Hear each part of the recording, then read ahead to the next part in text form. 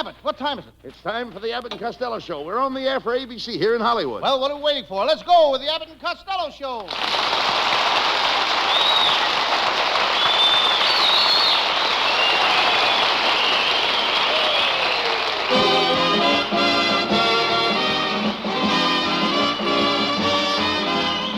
Yes, it's the Abbott and Costello Show, produced and transcribed in Hollywood for your listening and laughing pleasure. Chuckles with a carload and music by Matty Malnick. So hold on to your chairs, folks, for here they are, Bud Abbott and Lou Costello.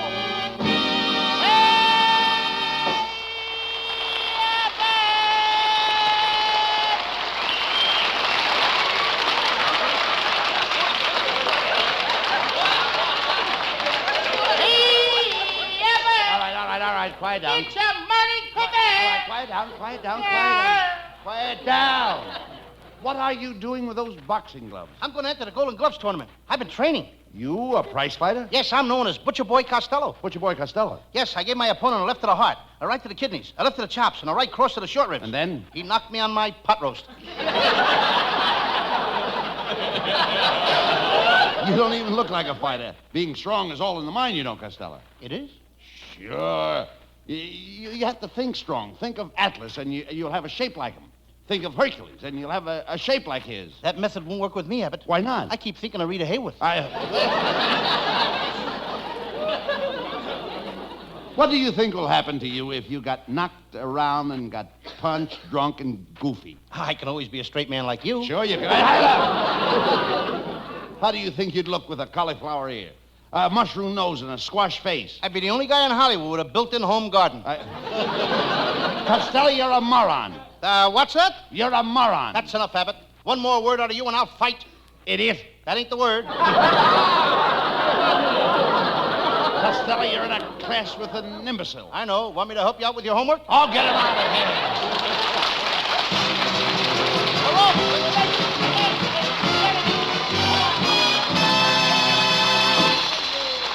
Wait a minute, boys. Here's a serious-looking fellow trying to get a word in edgewise. Let's see what he has to say.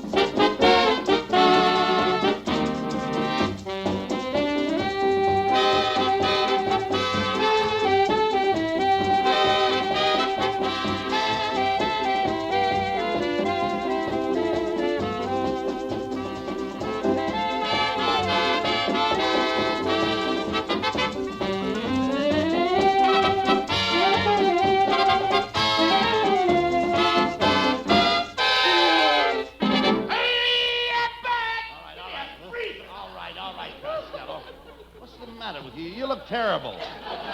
I never saw you looking so bad, Lou. What happened to you? What happened? Yeah. You know what happened. What? I don't get a chance to do nothing on the show. Oh, stop. Oh, I went to that quiz show. Truth or coincidences? They asked me a question. When I didn't give them the answer, they hit me over the head with a crowbar and ripped my clothes off and hit me in the face with a pie and squirted dirty water all over me. Well, that's terrible. Yeah, but the joke was on them. It was? Mm-hmm. I knew the answer all the time. You should quit hanging around quiz shows trying to win something for nothing. You ought to get yourself a job and go to work. I tried to. I studied to be a bartender. I went to the bartender school for 2 years, and I still can't get a job. Why not? I can't fix a television set. I thought so. You're just stupid. Your whole family is stupid. Oh, how can you say that? My Uncle Mike is a very brilliant man. He invented the cotton gin, the telephone, and the steamboat. What about Whitney, Bell, and Fulton? Leave the Andrews sisters out of this. What is your Uncle Mike doing now, Lou? He's part-time lifeguard at the Del Mar Hotel swimming pool. Are you kidding? Uncle Mike can't even swim. That's why he's only working part-time. He had a lot of trouble with Aunt May last week. He did? Yeah, he got her a new set of false teeth, and he told her not to take them out. He begged her not to take him out. He pleaded with her not to take him out, but she did. What happened? Her head collapsed.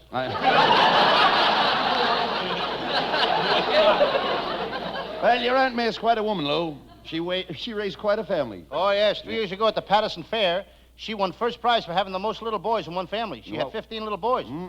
What was first prize? A little boy. Never mind that. Whatever happened to your Aunt May's younger sister? Oh, she graduated from high school this year, and she's so excited she's going to Harvard. Harvard?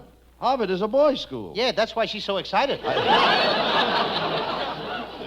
She's going to Harvard. That's ridiculous. None of your family ever went to college. Is that so? I'm taking a night course right now at UCLA. Well, no, I'm glad to hear In other words, that's UCLA.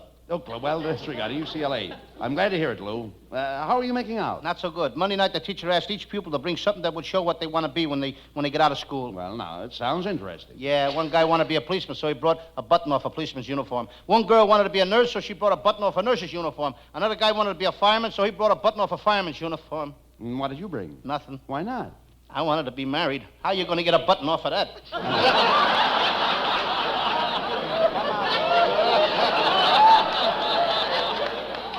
You want to be married. You don't know the first thing about marriage. You don't even know what it takes to make a marriage. I do so. It only takes 2 people to make a marriage. Well, that's right. A single girl and an anxious mother. As far as I'm concerned, marriage is a 3-ring circus. What do you mean a 3-ring circus? Well, first the engagement ring. Yes. Then the wedding ring. Yes. And then suffering. Oh, stop. Are you still going with that striptease dancer at the burlesque show? Oh, sure. Every night I bring her 3 roses. Does she wear them? She has to. It's her custom. What about that new girl that moved in the apartment next to you? Well, I tell you, Abbott, I had a date with her, and she's a bachelor girl. Well, what makes you think she's a bachelor girl? She looks more like a bachelor than she does a girl. How old a girl is she, Lou? Abbott, asking a girl's age is like buying a used car. What do you mean? Well, you know the speedometer has been set back, but you don't know how far.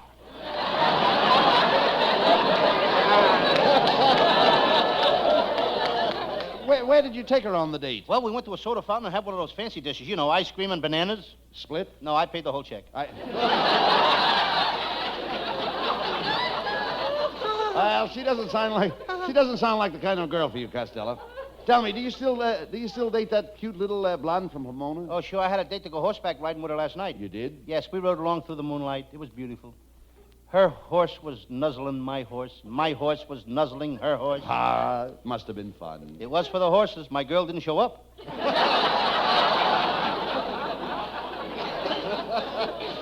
I guess she saw at me because I bought her mother a girdle, and her mother got mad, too. Well, what size does her mother wear? Small, medium, or large? Oh, no. Women's girdles don't come in those sizes, Abbott. They don't? Oh, no. What sizes do they come in? Large, larger, and here comes the showboat.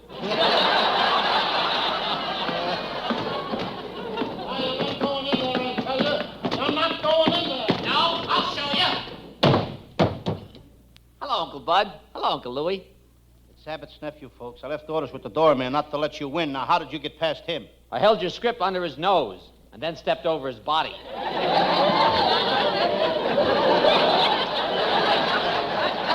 There must be a way to keep this guy out of here. Now, I've got it. I'll hypnotize him. Come over here, Norman. Oh, now, wait a minute, Costello. What are you going to do to him? I'm going to hypnotize him and put him to sleep. Look me straight in the eye, Norman. Okay. You're going to sleep. Abba-dabba, sleep. Abba-dabba, sleep. Abba-dabba, sleep. I think it's working, Uncle Louie. It is? Yeah, my Abba-dabba is asleep. Now, you lay off, Norman. He's my sister Olive's boy. And Olive's a very lovely person and a big woman in this town. I noticed that. Your sister Olive is built like the state of Indiana. Just what do you mean? She has a large South Bend. My sister Olive is a leader of society. Before she moved to Hollywood, she was the rage of Kansas City. Your sister Olive would throw any city into a rage. She came to the right place when she came to Hollywood. She's a typical Hollywood girl. What do you mean? A Hollywood girl at 30 has wrinkles. At 35, she has gray hair. And at 40, she becomes a blonde and starts all over again. Say what you want about my sister Olive, but she's a very well-educated woman. She's a college graduate. And she has a sheepskin. I noticed that. She ought to try using Jergens lotion.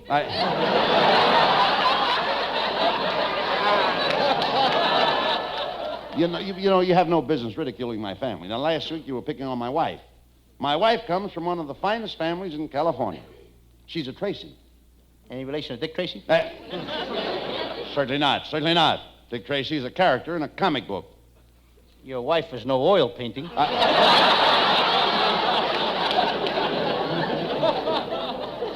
Hello, boys. Hey, look, Costello, it's our secretary, Viola Vaughn. Well, Viola, you certainly look lovely tonight. What is that you're wearing? Oh, do you like it? This is my nightclub dress. Nightclub dress.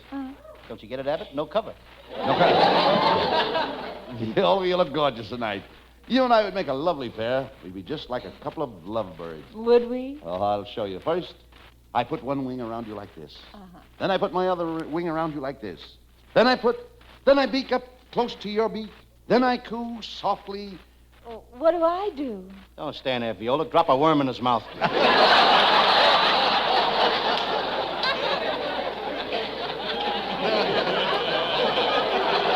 it out. I'm serious about her. And you're not. Why, Viola, I'd bring you the moon on a silver platter. Oh, that's wonderful, Abbott. How about you, Costello? Would you bring me the moon on a silver platter? What do I look like, a waiter?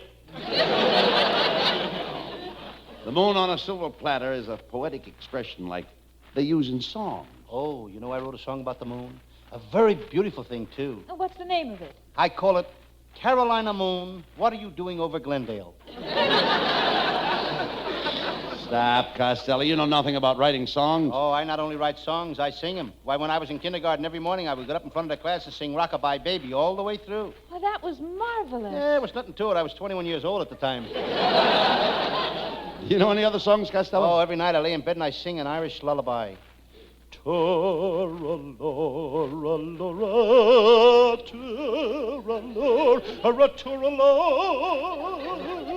that put you to sleep, Costello?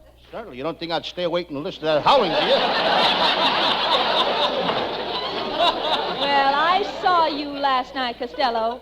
I saw you. You had a cat on a leash. Hey, that certainly is a funny-looking cat. Is he yours? Yes, he's mine. He's a football cat. I call him First Down. What do you name the cat First Down? Every night he's got 10 yards to go.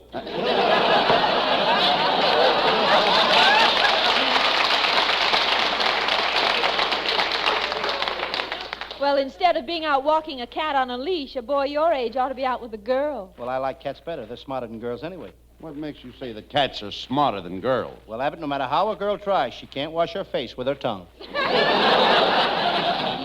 Pay no attention to him, Viola. Why don't you come over and see the preview of our new picture, Viola? Huh? I do some love scenes in the picture, and I want you to see my fade-out kiss. You mean she'll see your faded-out kisser? Anyway, Viola has got a date with me. Well, I don't think I'm going to keep it, Costello. Why not? Well, last Sunday he took me riding, and he insisted I wear a riding habit. Naturally. Monday he took me hiking, and he insisted I wear a hiking suit. Naturally. Tuesday he took me to dinner, and he insisted I wear a dinner gown. Well, why are you breaking the date tonight? Tonight he wants to take me to a birthday party.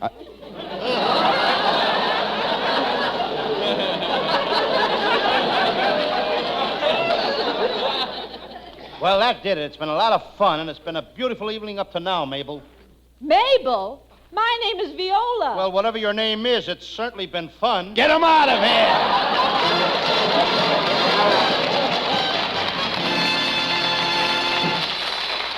Say, I hate to break it up, men, but it's time to change the subject for just about 60 seconds.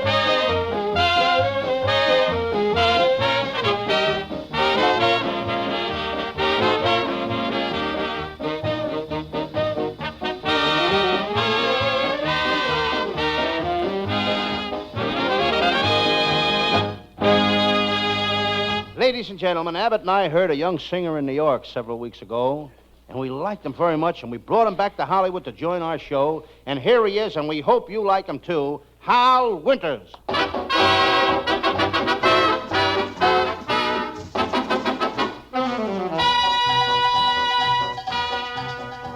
El cumba, cumba, cumba, cumbanchero.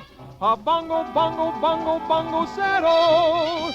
Brigadi que va sonando el cumbanchero. Bongo cero que se va. Bongo cero que se va. El cumba, cumba, cumba, cumbanchero. A bongo, bongo, bongo, bongo cero. Brigadi que va sonando el cumbanchero. Bongo cero que se va. Bongo cero que se va.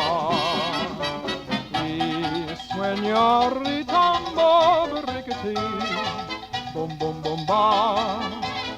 Y sueña ribica brickety, bum bum bum ba. El cumba cumba cumba cumbanchero, a bongo bongo bongo bongo cero. Brickety que va sonando cumbanchero, bongo cero que se va, bongo cero que se va. El cumba, cumba, cumba, cumbanchero. A bongo, bongo, bongo, bongo cero. Brickety que va sonando el cumbanchero. Bongo cero que se va. Bongo cero que se va. A cumba, cumba, cumba, cumbanchero. A bongo, bongo, bongo, bongo cero. Brickety que va sonando el cumbanchero. Bongo cero que se va. Bongo cero que se va. Sueña ritambo brickety, bum bum bum ba.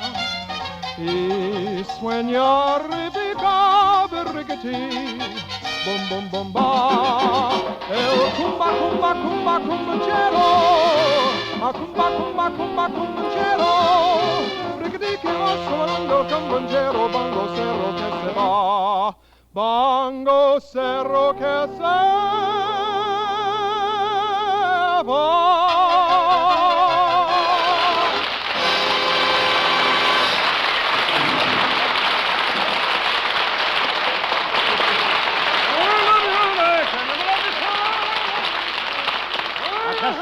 Costello, something's got to be done about the parking conditions around this studio. Tonight I couldn't see a parking space in front of the studio, in back of the studio, or even across the street from the studio. Could be worse. What do you mean? Abbott, suppose you had a car. Yeah.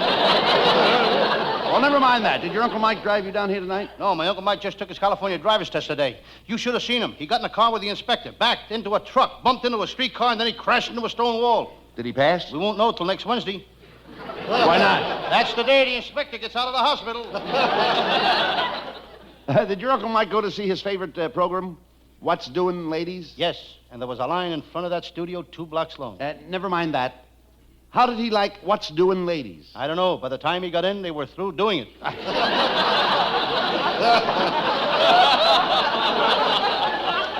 I don't know. You know, your Uncle Mike is an ignoramus. He ought to get himself an education. Yes, he's got one, Abbott. Why, 10 years ago, Uncle Mike was a garbage collector without an education. Then he went to night school, and he graduated.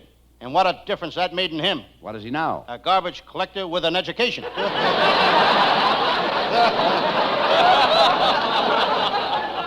Well, never mind him, Costello. What is your Sam Shovel detective story for tonight? It's a fascinating case, Abbott.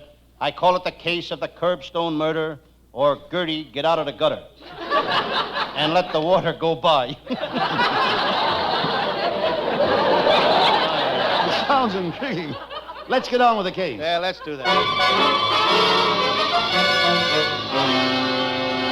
And now the makers of Smudge Pot cigarettes present the further adventures of Sam Shovel, Private Detective.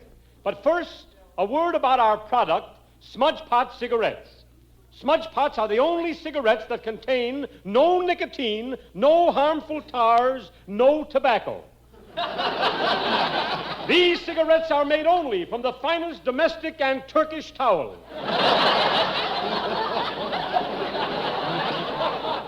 And remember our slogan, Smudge Pots are the only cigarettes that contain alum.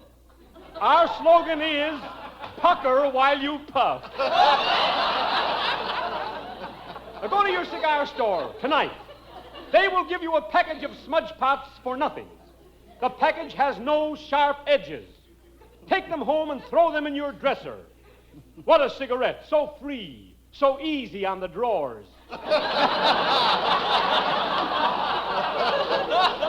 And now to the adventures of Sam Shovel, private detective.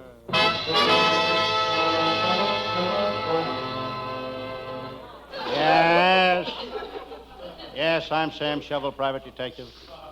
I'm sitting in my little office looking at my new office safe. This time I got a real office safe. When I go home at night, I lock my office in it. I see a piece of string around my finger. Suddenly I remember what it's for. It's to remind me to take the string off my finger. I reach in my pocket for my tobacco. There's a big hole in my pocket. That's the last time I'll buy chewing tobacco.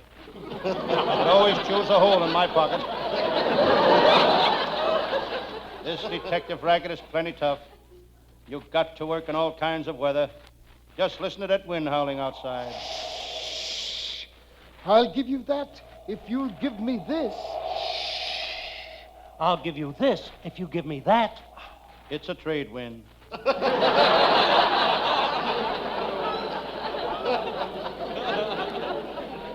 It was such a nice night as this that I was called to solve the famous farmyard murder. A fiendish farmer had cut off his hired man's head. He hid it in the alfalfa. What a tough case. It was like finding a noodle in a haystack. I decide to shave. I lather my face. The razor hums through my whiskers. St. Louis woman with all her diamond rings. I always use Gillette Blues blades. I decide to doll up a little in case a client should come in. I put on my swallowtail coat. I take it off. Seems silly for a man my age to wear a coat made of swallowtail. I noticed the headline in the morning paper. The country is in a strange position. On the next page it says eggs are going up. Chickens must be in a strange position, too.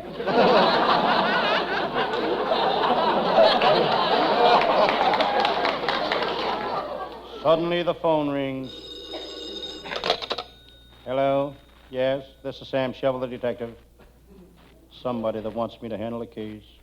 Yes? No. No, I can't work that cheap. No, you know my price. What's that? 5,000? Okay, I'll take the case. Right, 5,000. But remember, all Tootsie Rolls, no jelly beans.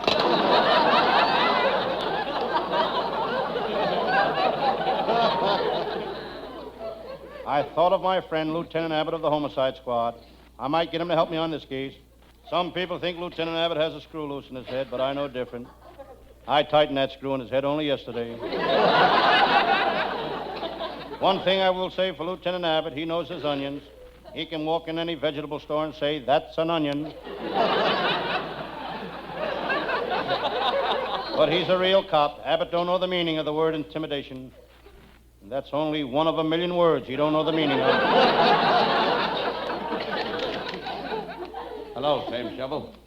It's my pal, Lieutenant Abbott of the Homicide Squad. Sam, I'd like to leave my new cowhide briefcase in your office. That's a pretty briefcase, Lieutenant. Yeah, it's genuine cowhide. Open it. Moo. The cow is still hiding in it. There's a picture of your wife in it, too.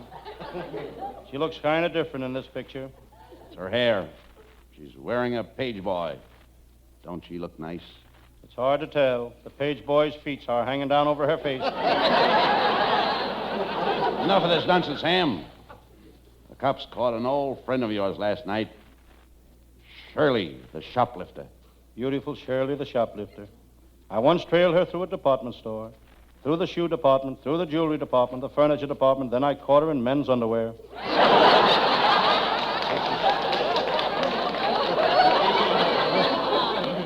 This is serious, Sam. Shirley is in the prison hospital. She's unconscious. She keeps moaning, Perry. Perry! Perry! You must be in the state of Como. Sam, if you want to see Shirley alive, we better get over to the hospital at once. Let's go.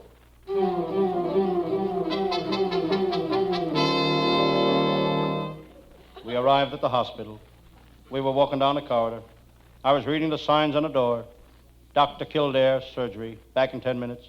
Dr. Nichols, surgery, back in 15 minutes. Dr. Condon, perjury, back in 20 years. Sam, here comes the doctor that's taking care of Shirley the shoplifter. He looks like a phony to me. I heard that, young man. I'll have you know that I've operated on over 300 patients, and I never lost a single one of them. You didn't? No, I know where each one of them is buried.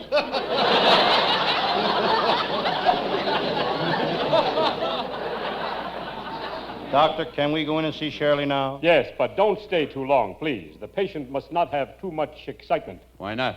How do I know? All the radio doctors say that. My goodness.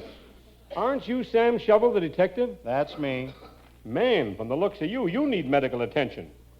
Shovel, if you'll come here tomorrow between 2 and 4 or between 6 and 8, remember, between 2 and 4 or 6 and 8, I'll examine your head. Why can't I come between 4 and 6? That's when they're examining my head.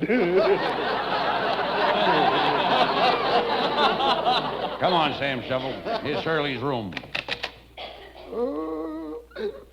Oh, poor Shirley, my poor Shirley. Sir, who are you? And what are you doing here? I'm Shirley's father. She's in the next room. She's got appendicitis. None of the doctors will operate on her. I'm afraid she'll die. Cheer up, friend. I will operate on Shirley. You? I thought you were a detective. Before I became a detective, I was known as young Dr. Shovel. Are you sure you can do it, Sam? Am I sure I can do it? Certainly. I'll skin out to the car and get my satchel of surgical instruments.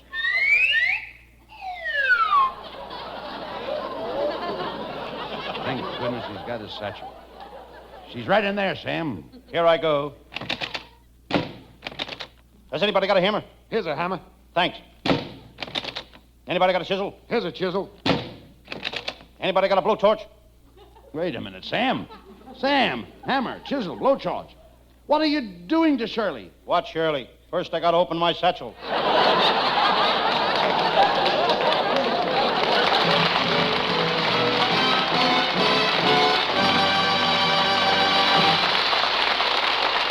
Abbott and Costello will have the last word as usual. But before they do, we'd like you to ponder on this.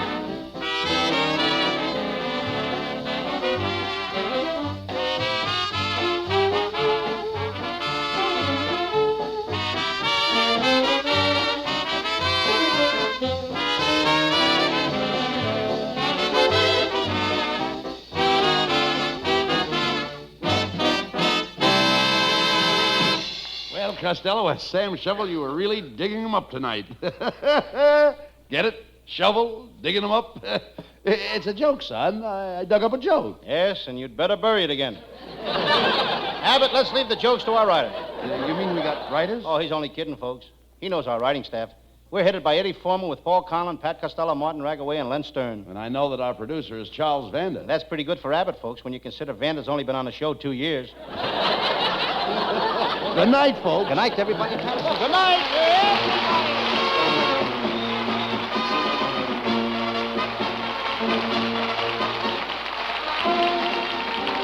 Listen each Thursday night at this time for another great Abbott and Costello show, produced and transcribed in Hollywood. Be sure to stay tuned for the outstanding entertainment which follows throughout the evening on this ABC station.